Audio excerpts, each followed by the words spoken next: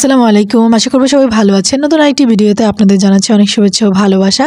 তো আজকে যে রেসিপিটি দেখাবো সেটি হচ্ছে রমজান স্পেশাল।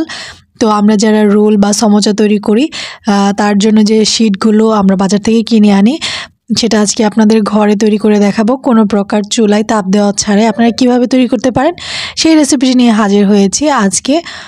আমরা যে কাপড়-চোপড় ইস্ত্রি করি সেই আয়রন দিয়ে আজকে আপনাদের এই রুটিটা তৈরি করে দেখাবো।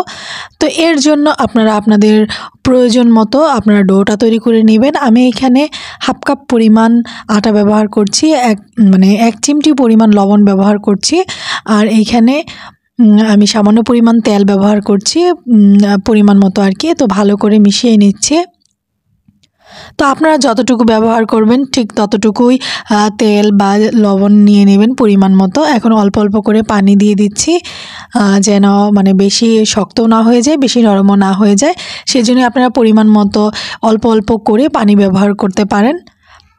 তো এই ব্যাটারটা তৈরি করা কিন্তু খুব কঠিন না। যারা আমরা রেগুলার রুটি তৈরি করি তারা কিন্তু ঠিকই এই ডোটা তৈরি করতে পারি।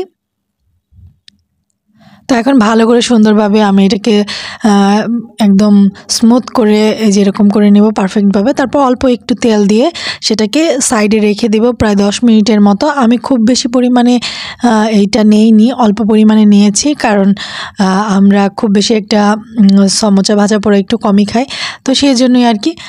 তো আপনারা যারা বেশি পরিমাণে রোল বা সমোচা পছন্দ করেন তো তারা এইগুলো তৈরি করে ফ্রিজে রেখে দিতে পারেন। তো এখন আমি এখানে তেল নিয়েছি আর এখানে অল্প পরিমাণ আটা নিয়েছি। তো এই তেলটা আমরা যখন ছোট ছোট করে রুটি তৈরি করে করব তখন আর কি এটা ব্যবহার করব। তো দেখতেই পাবেন আর কি। তো এটা দীর্ঘদিন আপনারা ফ্রিজে সংরক্ষণ করে রাখতে পারবেন। ফ্রিজে একটা এয়ারটাইট বক্সে আপনারা এটা রেখে দিবেন বা প্লাস্টিকের কোথাও একটা পলি ব্যাগে রেখে দিবেন, তাহলেই হবে, যেন কোনো প্রকার বাতাস না ঢুকতে পারে। এরকম জায়গায় যদি রেখে দেন ডিপে, তাহলে আপনারা অনেকটা দিন সংরক্ষণ করে খেতে পারেন। তো এটাকে সমোচা তৈরি করে আপনারাও রাখতে পারেন, বিভিন্ন রোল তৈরি করেও রাখতে পারেন খুব সহজেই। তো আমি অল্প অল্প করে আমি রুটি বানিয়ে নিচ্ছি। তো এটাকে সুন্দর করে গোল করে নিচ্ছি রুটি বানানোর সুবিধার্থে। তো অল্প অল্প করে আমি রুটি বানিয়ে নিচ্ছি। আপনারা আপনাদের প্রয়োজন মতো রুটি বানিয়ে নেবেন, যতটুকু বড় করতে চান বড় করে নিতে পারেন। তো এই যে আমি অল্প করে আগে রুটি বানিয়ে এটার ভিতরে তেল আর অল্প পরিমাণে আটা ব্যবহার করব। আপনারা চাইলে ময়দা দিয়েও এটা তৈরি করতে পারেন। তো এগুলো কিন্তু রোজার জন্য খুবই স্পেশাল। যারা রমজানে এগুলো খেয়ে থাকেন, বিভিন্ন রকমের সমোচা, তারপরে রোল, এইগুলো কিন্তু আপনারা ঘরে রেগুলার তৈরি করে বক্সে রেখে দিবেন, তাহলে আপনাদের কাজের সুবিধা হবে। তা না হলে কিন্তু অনেকটা সময় লাগে এগুলো তৈরি করতে, বা আমরা বাজার থেকে এগুলো কিন্তু ঠিকই কিনে এনে খাই। তো আপনারা যদি এই প্রসেসে করেন তাহলে আপনাদের তাপ দেওয়ার কোনো যে একটা ঝামেলা সেটার কোনো প্রয়োজন হবে না। আপনার ঘরেই চুলার পার আর কি যেতেই হবে না, আপনারা নিজের রুমেই এটা তৈরি করে রেখে দিতে পারেন। তো আপনাদের কষ্ট করে তাপ দেওয়ার যে ঝামেলা সেটা আপনাদের মোটেও পোহাতে হবে না। তো আমি তেলটা যে তৈরি করে রেখেছিলাম সেই তেলটা দিয়ে দিচ্ছি, ভালো করে ব্রাশ করে নিচ্ছি। তো ভালো করে ব্রাশ করে নেবেন। আর এখন সুন্দরভাবে আমি এখানে আটা ব্যবহার করছি, উপর দিক দিয়ে ছিটিয়ে দিচ্ছি, কারণ এটা আটা দিতে হবে বেশি করে, কারণ যখন আমরা প্রত্যেকটা রুটি একটার উপরে রাখবো যেন একটা আরেকটার সাথে জোড়া না লেগে যায়, সুন্দরভাবে যেন খুলে আসে। তো সেই জন্যই আর কি। তো প্রত্যেকটা রুটি আমি এভাবে আপনাদের দিয়ে দেব।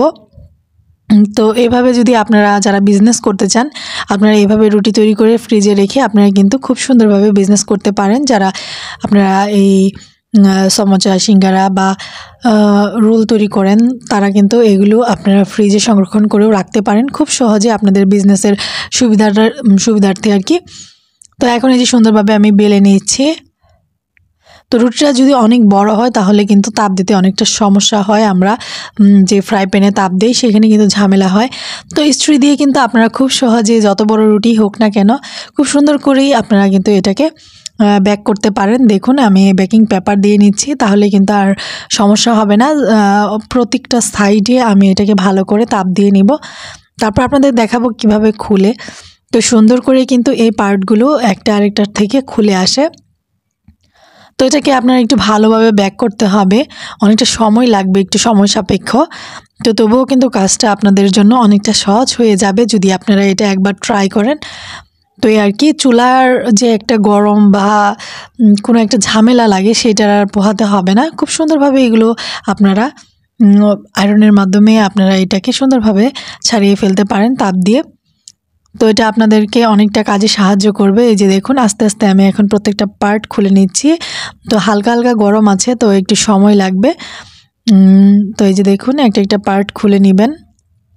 যে পার্টটা খুলতে চাইবে না আবারও আপনারা একটু হিট দিয়ে নেবেন, তাহলেই কিন্তু হবে। দেখুন কত সুন্দর হয়েছে, তো দেখুন কতটা নরম হয়েছে। তো এভাবে কিন্তু আপনারা সুন্দরভাবে কেটে বক্সে ভরে রেখে দিতে পারেন, দীর্ঘদিন ফ্রিজে রেখে দিতে পারেন খুব সহজেই।